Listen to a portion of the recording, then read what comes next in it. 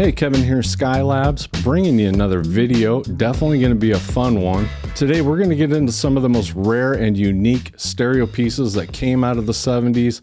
They're known online as the Euro versions or the blackface versions. And if you've never heard or seen a few of these pieces of electronics, I got a feeling you are about ready to be just as blown away as I was when I first discovered the world of European models from the 70s.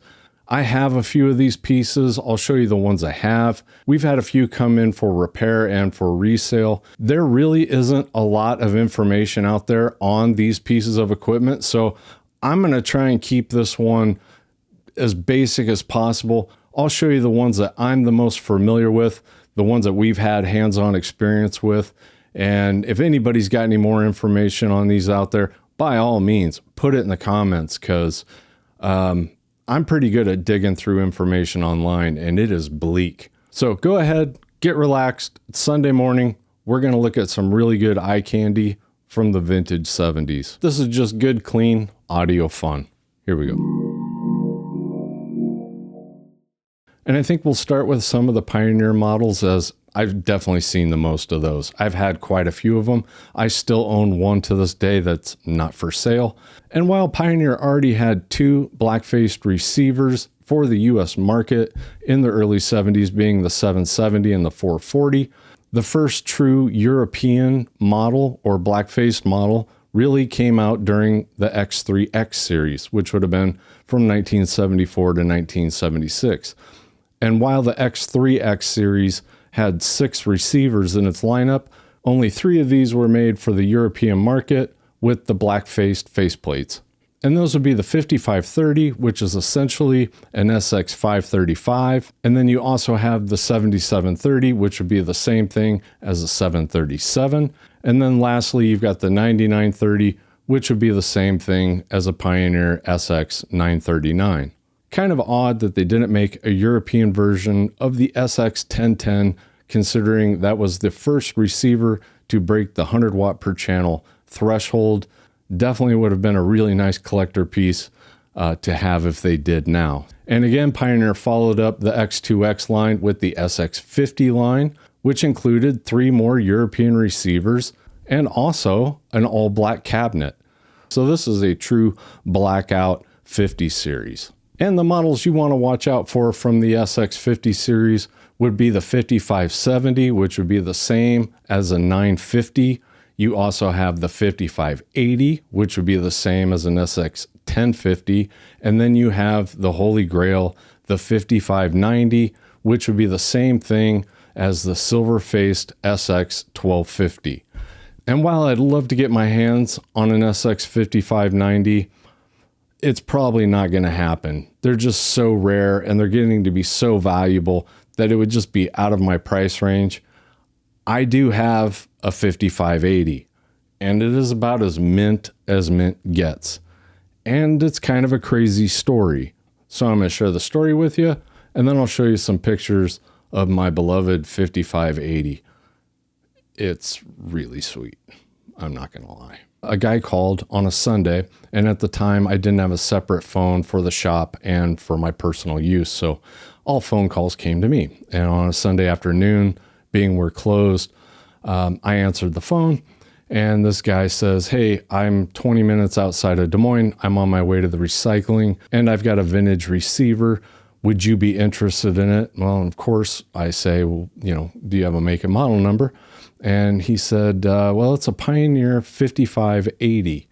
And okay, that got me out of the couch. And I think my reply was, absolutely. Here's the shop address. I'll meet you down there in 20 minutes. And so we did. And so I go up to the back of this guy's SUV, and inside is this Pioneer SX 5580 box. And the whole time I'm thinking, please don't let me open up this box and see a Navy receiver from the 80s in here or something just destroyed. Because if this is nice and legit, obviously I'm stoked. So I go to open up the box, and it is mint. I mean, about as mint gets, with all the original packaging and everything.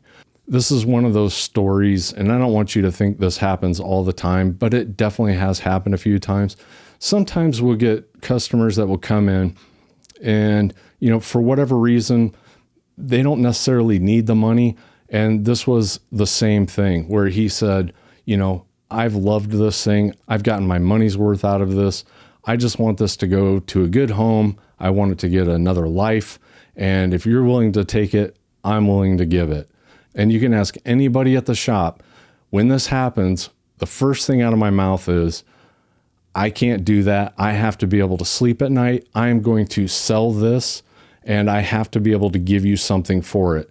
Sometimes people, you know how it is when you go to dinner with your parents or, a loved one or something, and they just absolutely refuse to take your money. I was able to talk this guy into taking some cash, but it wasn't a lot, and it wasn't anywhere near what this piece was worth. He was just like he said, he got his value out of it. Maybe he was wanting some good karma for down the road, and I hope he got it. If you're out there watching, I hope you got your karma, because you definitely deserve it. So I got a really, really nice 5580.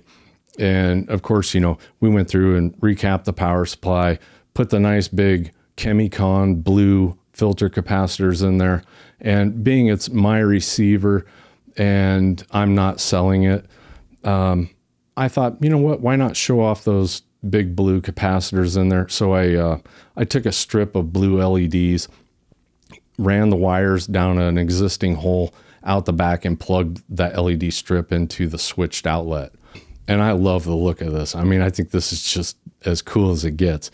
And this isn't for everybody. I don't recommend this to anybody. I take the LED strips off, unplug it, pull the wire through, and it was like it was never there. So before anybody starts cringing and, screaming at the TV, this is completely 100% reversible. I just think it's cool. So if you don't like it, that's okay. I love it. And then the last generation before the 80s of the black-faced Pioneers would be the SX80 series. And I've actually had quite a few of these, the smaller ones. There's the 590, the 690, the 790, and then flagship for the Euros would be the 890. I currently have a 790. I also have a 780, and here's a picture of both of those together. And while I definitely love the looks of the 80 series, the 90 series, I don't know if it's just a rare thing or I just haven't seen very many of them, but to me, man, they look cool. And with the SX90 series, Pioneer did kind of scale back on how much black was being put onto the receivers. You can tell in this one, it's just the FM dial and then the meters that are black. Otherwise, it's the exact same faceplate. And by the way, if I didn't mention already, with all these models, including Sansui and Kenwood Pioneer, they are the exact same internals. They are the exact same service manual and service bulletins. Doesn't matter if it was a US model or if it was sold overseas or a European model. These are identical except for cosmetics. And with Pioneer, and unlike some of the other manufacturers we're going to talk about, they also did this with turntables. And I really wasn't aware of this until a couple of years ago when a Pioneer PL518X came in. Rather than that kind of gray silver color that came with the 518s and the 516s, the turntables of that era, if it's got an X after the number, then it's black and it's a European model. So go figure. I don't really know if I like the black 518 any more than I like the regular 518. I don't think it's as big of a difference as it is with the receivers, but it's still cool and it's still kind of, it's a rare novelty. So if you do come across one of those, that's what it is. And you might want to grab it because I don't think there's a lot of them out there. And the next company I wanted to talk about that was a part of this black-faced European style of electronics was Sansui. And they definitely embraced this more, even being their entire US market of integrated amplifiers was black, just like the ones back here behind me. They made some black-faced versions of their American receivers overseas for the military PX and to be sold in Europe, the same as Pioneer did. We actually currently have a Sansui 8010 receiver, which is the same as a 771. Once again, I definitely like both of these, but I don't know if it's just a rarity, but to me, that black is just so cool. I don't know if it's Darth Vader. I don't know if it's Knight Rider. I don't know what it is, but the black just gets me, and that's all it is. And following Pioneer with their next lineup, they definitely added more European styling models to their lineup. Had the 690, the 790, the 890, and the 990, which would be the equivalent of the 9090 series. And we've had a few of these come in as well. We've had an 890 and a 990. I haven't seen the smaller ones yet, but these are extremely cool as well too. I definitely love the look of this era of Sansui with the black faceplate. All those lights, everything just kind of pops out a little bit more at you. And if you've got one of these, once again, hang on to it. These are not going to go down in value. They are just going to become more sought after as more people finish out their collections of having all the US models or close to it. And then for the next lineup, Sansui actually changed it up a bit. Rather than offering a black-faced European version again, they decided to go with a nickel finish. And this would be for the original G series. So what would be normally a G7000, 8000, 9000 became a G701, 801, and 901. I don't think they made European versions of the 22,000 and the 33,000, but I could be wrong. Those things are unicorns as it is. If there is a European version of those out there, give up. Don't even bother trying to find one because those are already hard enough to find as it is without adding a European variant to it. And fortunately for me, I actually bought a G901 this year. A guy called, he had one for sale, and again, this thing is about as mint as it gets. One thing really cool at this one I do want to show you guys is Rob, our lead tech at the shop, who also does really cool stuff with 3D printers. The guy's just like, he's kind of off the chain as far as his capabilities. So the problem with this era of Sansui is their filter capacitors they're oval and you can't get them anymore. And I like new filter capacitors in my equipment. I like new capacitors in my power supply. It just gives me peace of mind. That's a different subject, but Rob was nice enough to 3D print 2 new housings for those filter capacitors. So we essentially have brand new, really good capacitors inside of an oval housing that fits into my G901. And it doesn't look like something that's been cobbled up and put in there. Again, I definitely feel very lucky to own this receiver. This is probably my personal favorite line of Sansui receivers. I've owned 9090 DBs. It was one of the first monster receivers I ever owned. And that was my daily driver for multiple years. And I loved it. I did. But once I got into the G series, it just did it for me. I don't know why. I think it's a little bit more punchy, a little bit cleaner sounding. But for me, the G series, I don't think you can touch it. So, and Sansui liking to mix things up quite a bit.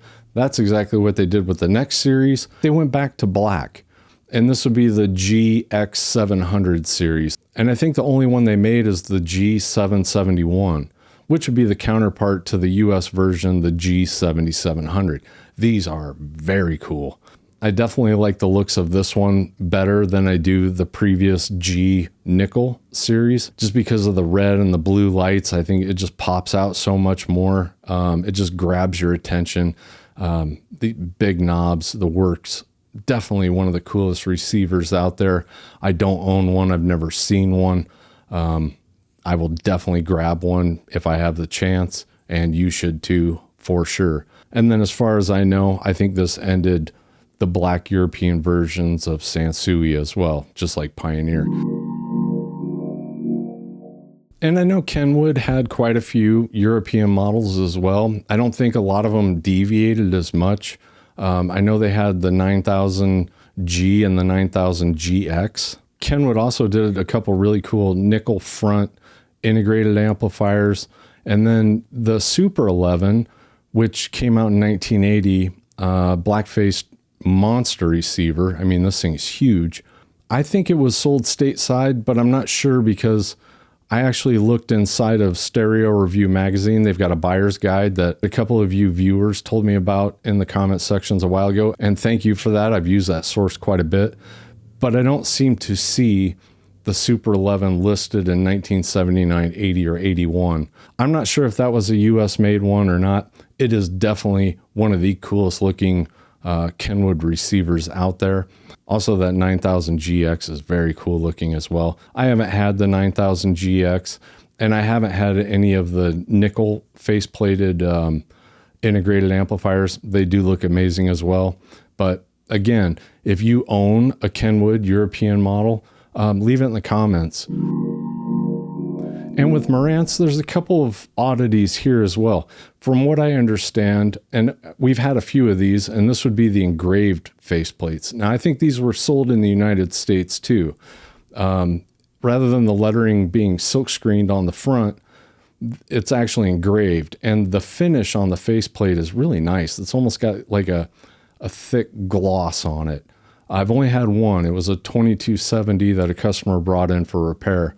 But it looked really nice. And I think that was an upgrade, I think. The other oddity with Morance would be the black face plates that are in production today. I don't know if those were in production back then, because trying to find a vintage black-faced Morance, I can't find anything. I don't know when people started making these black face plates for Morance. I've actually had several. Whether it be from a customer bringing one in or me purchasing them. A while ago, I saw a picture of somebody that had a 2270 with the black faceplate in a piano black cabinet, and I freaked. I just thought it was the coolest thing I'd ever seen, and the next 2270 I got, I was going to do the same thing, and that's what I did. I ordered a black faceplate from Germany, not the powder-coated ones. Those look terrible. Make sure you get one that's iodinized black aluminum, not painted and porous. You don't want that. And then I had kind of a beat-up WC-22 cabinet that was really in rough shape. So I just kind of filled in all the dings and dents and then smoothed it out, painted it black, and then put a ton of lacquer clear coat on top and buffed and buffed and buffed that thing. I'll never do it again. And I love the results from it. I think it looked incredible, but that was a lot of work. Standing outside the shop, 20 times a day and putting on coats of lacquer and buffing it 1,000 times. Yeah, won't be doing that again. But anyway, I think it turned out incredible. The point being, I'm not sure if those black face plates were actually ever manufactured by Morance. I think because the Morance face plates are flat, most face plates are stamped. You definitely have to have some pretty extensive machinery in order to make those folds and creases and all that kind of detail work in the aluminum, where, Morance being it's just flat, I think anybody with a CNC machine can cut out the holes where they need to be in the window for the FM dial, and then silk screen the lettering on there and you're done. So I think the fact that they're so easy to make is why we're seeing the black face plates made, because they look incredible. They look cool. And after scouring the internet, looking at hundreds of pictures and reading tons of threads, trying to find information on these units, I still don't know why this was done, why they weren't offered in the States, and to be honest with you, why it's still being done. Because I have another story for you. 5 or 6 years ago, I went to buy a network streamer by Morance. It was a NA6005. So I called my friends here in Des Moines at Audio Video Logic and asked them to order me a Morance NA6005. Being all my equipment at the time was silver, I asked them if they could get me the silver one because Morance showed it in black and silver. And they came back and said, sorry, the silver ones are only available in Europe. We can only get the black ones. Go figure, it's still happening today, except it's in reverse. Now, if you're in Europe, you can get the silver ones, but if you're in the States, you can only get the black ones. I still don't know why they do this. I don't know why they would do this. You would think the United States and Europe and most other countries kind of share the same taste and what looks good and what they like. The manufacturer has to have all the parts and tools needed to manufacture them in 2 different colors. You wouldn't think it'd be that hard to offer both, but if you're in Europe, enjoy the silver stuff. If you're in the States, I guess we get black. Definitely want to thank you all for sticking around to the end of another video. Hopefully you enjoyed the content. Maybe gives you something else to get online and go down a rabbit hole and see what kind of crazy other stuff's out there. I really appreciate everybody's feedback from the last video. I had a chance this morning to kind of sit on the couch and read through those, and I really appreciate everybody and all their encouragement and all those really kind words, because there was a lot of it. So thank you very much. I definitely appreciate that. Definitely leave us a comment in this video. I want to thank all the vets out there that bought all this equipment and brought it back with them. Appreciate your service, and we'll see you in the next video. Thank you.